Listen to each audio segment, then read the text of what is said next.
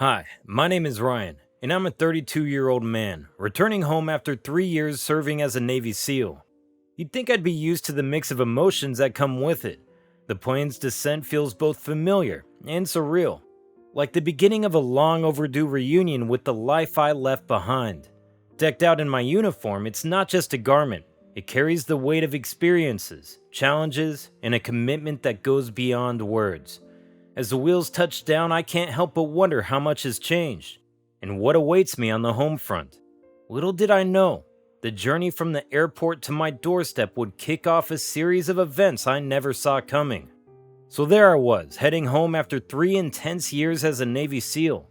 Olivia, my wonderful wife, was already on her way to the airport to receive me. I had planned to surprise her, but she has this uncanny ability to know things. A quick call spilled the beans, but it didn't matter. Olivia always had her own way of making things special. We go way back, Olivia and I. Childhood friends turned high school sweethearts. I can still vividly recall those school days when she would follow me around, a bundle of energy ready to play. As the years passed, our friendship blossomed into something deeper. And on our graduation day, I proposed to her. Olivia, from the moment we met, you've been the anchor in my life, navigating me through the storms and celebrating the calm seas. Today, as we stand at the threshold of a new chapter, I want you to be by my side not just as my best friend, but as my partner in all of life's adventures. Will you marry me? Yes, yes, yes, I will marry you, Ryan Mitchell. At that moment, time seemed to stand still. The joyous declaration echoed through the air, sealing a promise that would carry us through the adventures and challenges that awaited. Olivia's enthusiastic triple yes filled my heart with indescribable happiness, and the world felt brighter and more meaningful as we embraced the beginning of our lifelong journey together. Our parents couldn't have been happier for us, seeing their children grow up together and choosing to spend their lives intertwined. After graduation, Olivia and I took the plunge into marriage. It was a joyous celebration, surrounded by friends and family who had seen our love story unfold over the years. As life unfolded, so did my path. Driven by a passion for serving my country, I set my sights on becoming a Navy SEAL. Olivia, my anchor through thick and thin, supported my decision wholeheartedly. She knew the challenges that lay ahead, the uncertainties and the sacrifices. Even during the toughest times, she stood by me, understanding the call of duty that echoed in my heart. There were moments, too many to count, when duty called, and I couldn't be there for her. One of the most painful instances was when she lost her father, a time when I was assigned overseas, oblivious to the storm that had hit our home. Yet, Olivia is a true blessing in my life. She possesses a resilience that complements my chosen path. Not only does she forgive my absence during those crucial moments, but she also becomes my strength. She works in a school, nurturing young minds, and when she's back home, she seamlessly takes care of my mom, treating her like her own. There was a time when my dad needed me in his final moments. A duty kept me away.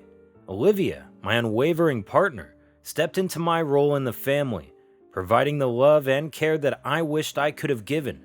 She is the embodiment of strength, love, and understanding in my life. On the plane, all I could think about was the surprise dinner I had planned for Olivia. Anticipation bubbled within me as the plane descended, and the city lights came into view. The door swung open, and the familiar scent of my hometown filled the cabin. Eagerly, I made my way to the terminal, knowing Olivia was waiting for me. As we discussed earlier, Olivia had agreed to be at the airport to receive me. I scanned the crowd, searching for her face. There she was, just a few steps away, but something seemed off. Even from a distance, I could sense a hint of discomfort on her face. Carefully concealed as she hadn't spotted me yet, my concern deepened as I noticed a group of guys talking to her. Their expressions and gestures far from reassuring. As I got closer, I heard them talking, but then Olivia saw me, pointed towards me, and smirked. I moved past those guys and hugged her. Seeing me, those guys moved away.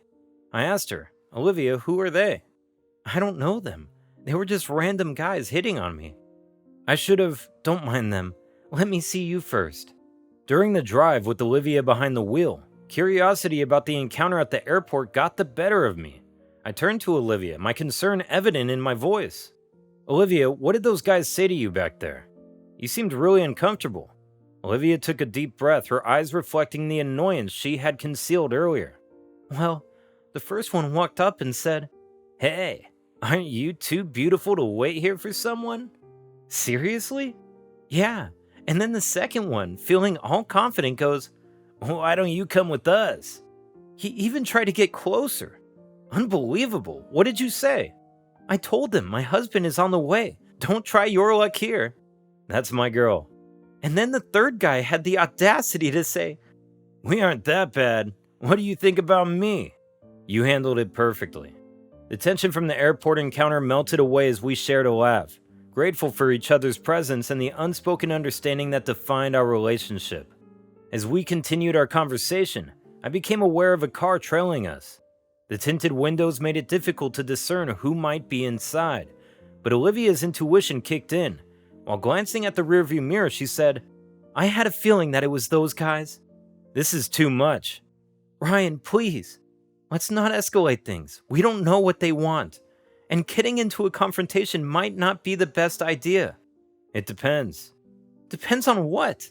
Depends on the situation. If they're just being annoying, I won't give them the satisfaction. But if they escalate things, I can't promise I won't have a word with them. Olivia shot me a stern look, reminding me of her aversion to unnecessary confrontations. The car continued to follow us, adding an unexpected layer of tension to the daylight. As we stopped at Starbucks, Olivia and I decided to grab some coffee to gauge whether the car behind us would also come to a halt. It did. We both took our coffee, keeping a watchful eye on the car in our rearview mirror. The tension in the air was palpable, and I held off, ready for any sign of their intentions.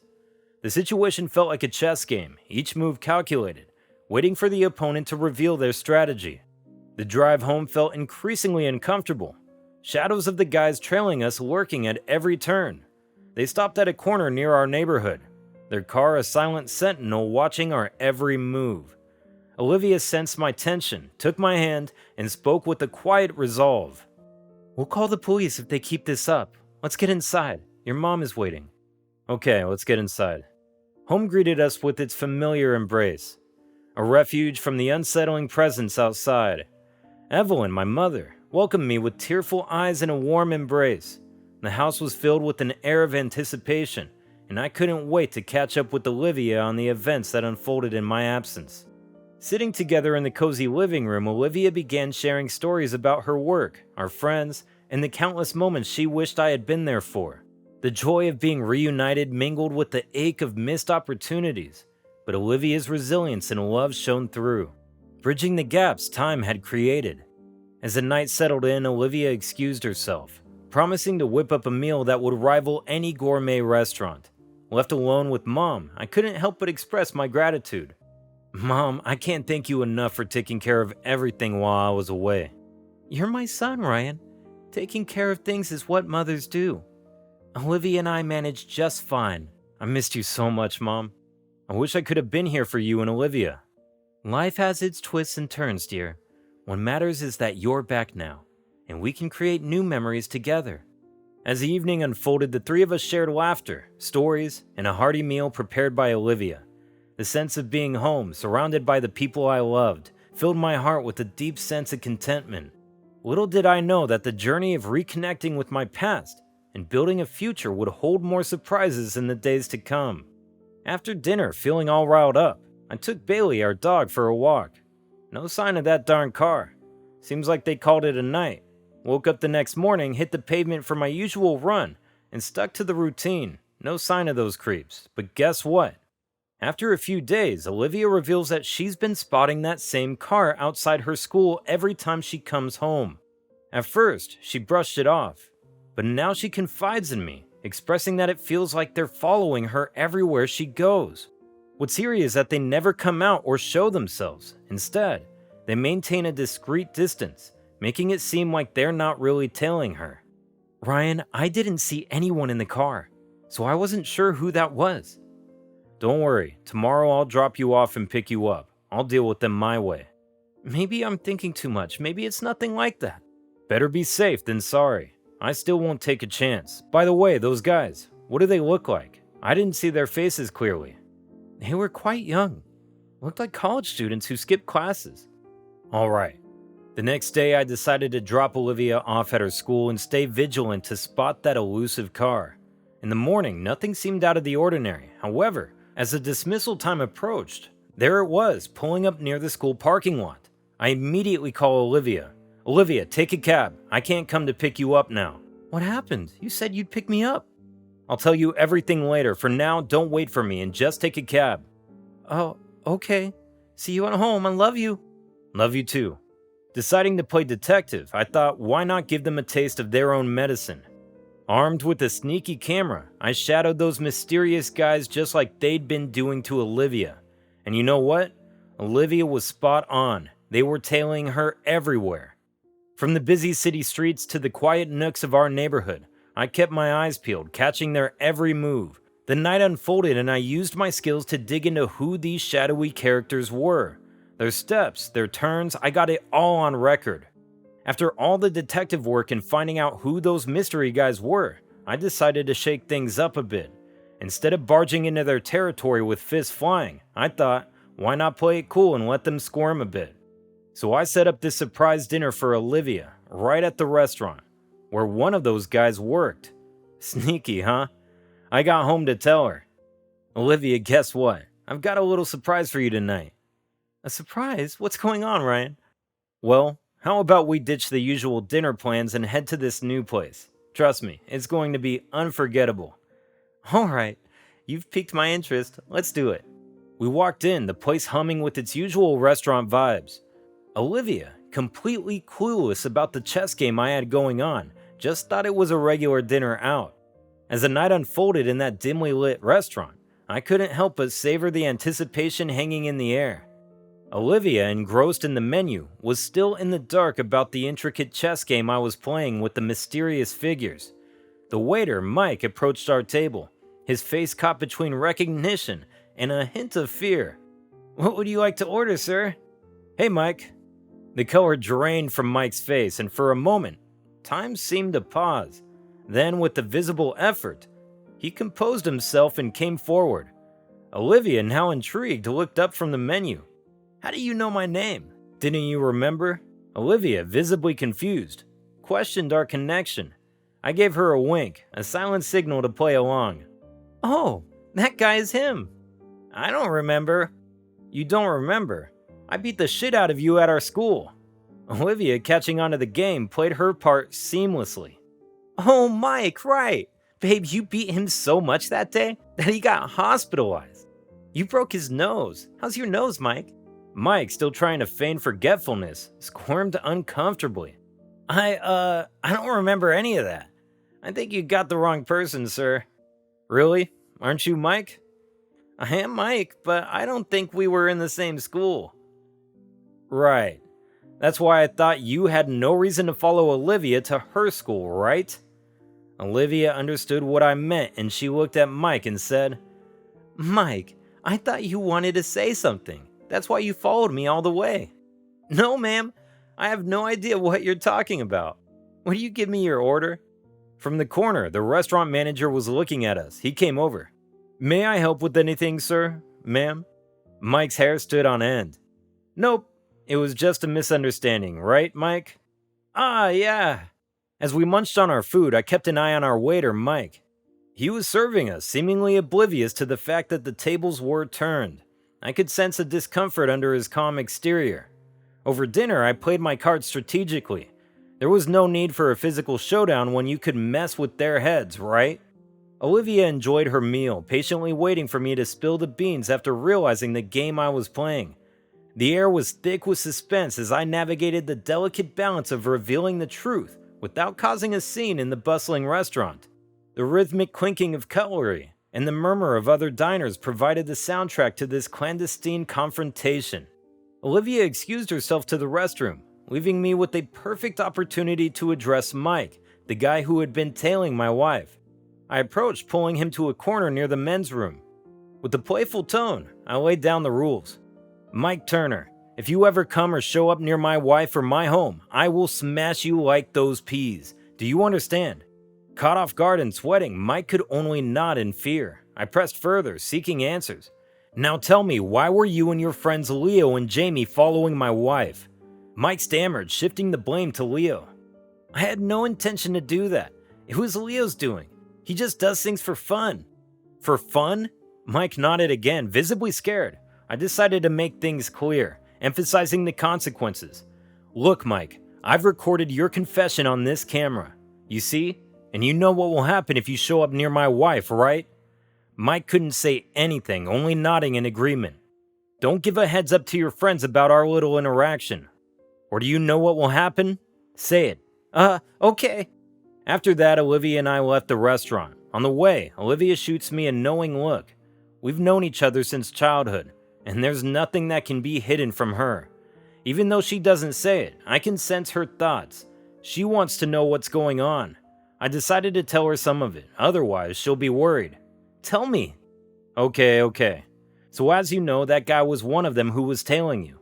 Yeah, I noticed him. At first I didn't recognize him, but then you mentioned it, and it just clicked. He's a part-timer here. The other one works at an auto mechanic near this neighborhood. And the third one, well, he seems to be living off his parents' money without doing much else. You took one out. What's the plan for the other two? I just shrugged my shoulders while driving. She gets more curious.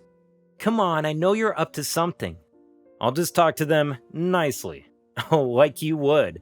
After my conversation with Mike, where he threw Leo under the bus quite easily, I sensed a bit of jealousy between these friends. It struck me as a perfect opportunity to play a little mind game. I initially assumed Mike had given a heads up to Jamie and then Leo. However, I was wrong. Mike didn't drop any hints to Leo. I discovered this when I confronted Leo in person. You know, sometimes we can go to any limit for our loved one's safety. For me, it's always like that. I approached Leo's mother as a new neighbor, engaging in friendly chit-chat. I told her I'm a professor at the same college her son attends. What a coincidence. As Jessica, Leo's mom, and I engaged in conversation, Leo came home after college. Leo, look who's here. Who? He saw me, and his bag slipped from his shoulder. He looked shocked and couldn't help but scream. Ah! Leo, what is this? Is that the way we behave in front of our guests? But... It's okay, Jessica. Kids are like that. If you don't mind, I would like to talk to him. Oh, sure. Jessica left the room for us to talk. What are you doing here? Nothing. Just came to say hi. What do you want? I know about your plan. Mike told me everything. Plan? Dude, what plan? Mike told you what? I gestured for him to come near me and spoke in a whisper so Jessica couldn't hear. It was your plan to follow my wife, and Mike spilled all the beans last night. Want to see? I showed him the video of Mike, and his non-believing face turned red. I went ahead. What would your parents do if they knew their son would be arrested for stalking? Listen, please, you don't have to tell my mom anything. I don't. Please, listen, it was not my idea. It was all of their idea. They dragged me into this. I'm not a stalker. Please don't tell my parents. He was literally pleading, so I told him to call his friends Jamie and Mike to come and meet near their usual place without telling them anything about me. I observed Leo entering the garage as Mike followed suit. I discreetly emerged from my car and joined them inside. Other mechanics were there, but they seemed oblivious to my presence. My attention was drawn to a room upstairs, presumably Jamie's, given my knowledge that he resides there with his brother. Listening intently and taking advantage of the slightly ajar door, I could catch snippets of their conversation. What the hell, Mike? What did you say to him? What did I say? Jamie, he has a video. You didn't tell me about a video? Mike yelled, causing a commotion. I would have said if you guys let me. His loud outburst seemed like it could be heard from outside. Oh, me? As an onlooker, I made sure to capture everything on video. Dude, are you crazy? Sam could hear you. Jamie tries to cover Mike's mouth. Wrong move. Angry Mike naturally pushes him away. Mike, stop it. You already made a mess. It was all your idea to follow her. When I told you let's not do this, you won't listen. And then you pushed all the blame on me? And whose idea was it to go all the way to her school because she responded to us at the airport? And it got interesting when she pointed at her husband like it was some kind of challenge. And it was his car, so why am I the only one to blame? Jamie slapped him right away. The hell, Mike? The spark of disagreement turned into a fire as the three friends played the blaming game. I am so done with you, Mike. You can't be my friend. You only mentioned my name in the video, and I've been out for a while. It was you two who followed her, and her hunk husband showed up at my home. What did he tell you, Jamie? That her husband showed up at his restaurant. He didn't tell you what he told him? After that, her husband came to me. He did what? Didn't you listen? He was in my house, even brought me here, still outside the garage. Leo pointed towards my car from the window, and Mike and Jamie looked outside. That was my cue to get in. I pushed the door open and entered.